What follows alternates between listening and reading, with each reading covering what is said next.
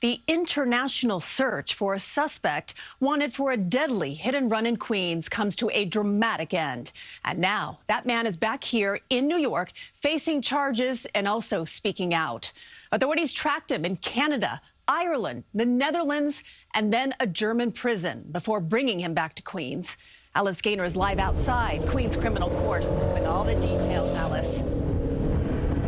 Christine, Florine Soyan, if that is in fact his real name, spoke with the cameras in the courthouse hallway, answered reporters' questions before his arraignment. That is not something we usually see. It was quite surprising.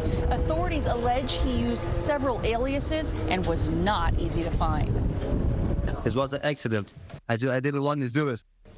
I'm sorry for his family. Before Florine Stroyan's attorney arrived, he spoke to reporters at the courthouse. I was scared because I have family. I was illegally in the United States, so that's why I had to run away. Once inside the courtroom, he pleaded not guilty to charges including manslaughter, criminally negligent homicide, and arson related to the hit-and-run death of 74-year-old B. Tran. On August 14, 2022, Tran was struck by a black BMW while crossing at Myrtle Avenue and Hancock Street in Ridgewood, Queens. Police say the car was allegedly rented under a false name. After the accident, prosecutors allege the suspect parked the car a mile away, returned hours later, and lit it on fire to destroy evidence. It exploded, causing other cars and homes to catch fire. Police say no one else was injured. That defendant obviously had no thoughts of helping that victim, no thoughts of his family that he leaves behind, and no thoughts of facing the consequences for his actions.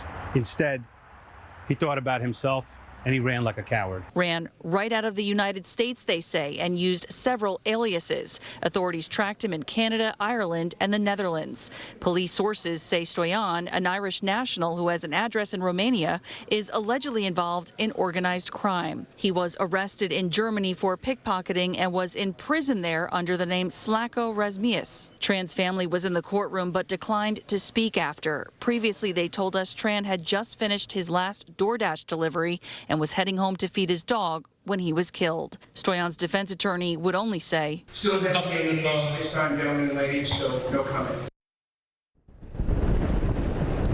He remains in custody. Christine, his next court date is April 2nd.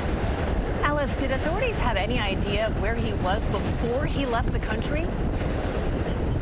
So right after he fled New York, they did track him through the use of alleged stolen credit cards to Michigan, they believe. But then the trail went cold. We know Washington state officials were also involved. It was multi-agencies here in the United States, and also Interpol put out an alert, and that's how they were also able to track him down. But again, he used several aliases, so they're not even sure if the name used in court today is in fact his real identity. You know, the statement that he made to you seemed rather unusual, but you cover these court proceedings all the time. What do you think? I was shocked, Christine. I was talking to other people immediately after. We all kind of had our jaws on the floor. Like, did that just happen? We've never seen that before with a defendant. I think it was a combination of logistics. You know, we were delayed in getting into the courtroom for his arraignment. His defense attorney was not yet there either. So the gentleman you saw flanking his sides, those were law enforcement. So again, he just was talking and everyone was recording. Never seen that before. All right, Alice Gaynor reporting from a very windy area there outside Queens Criminal Court. Alice, thank you.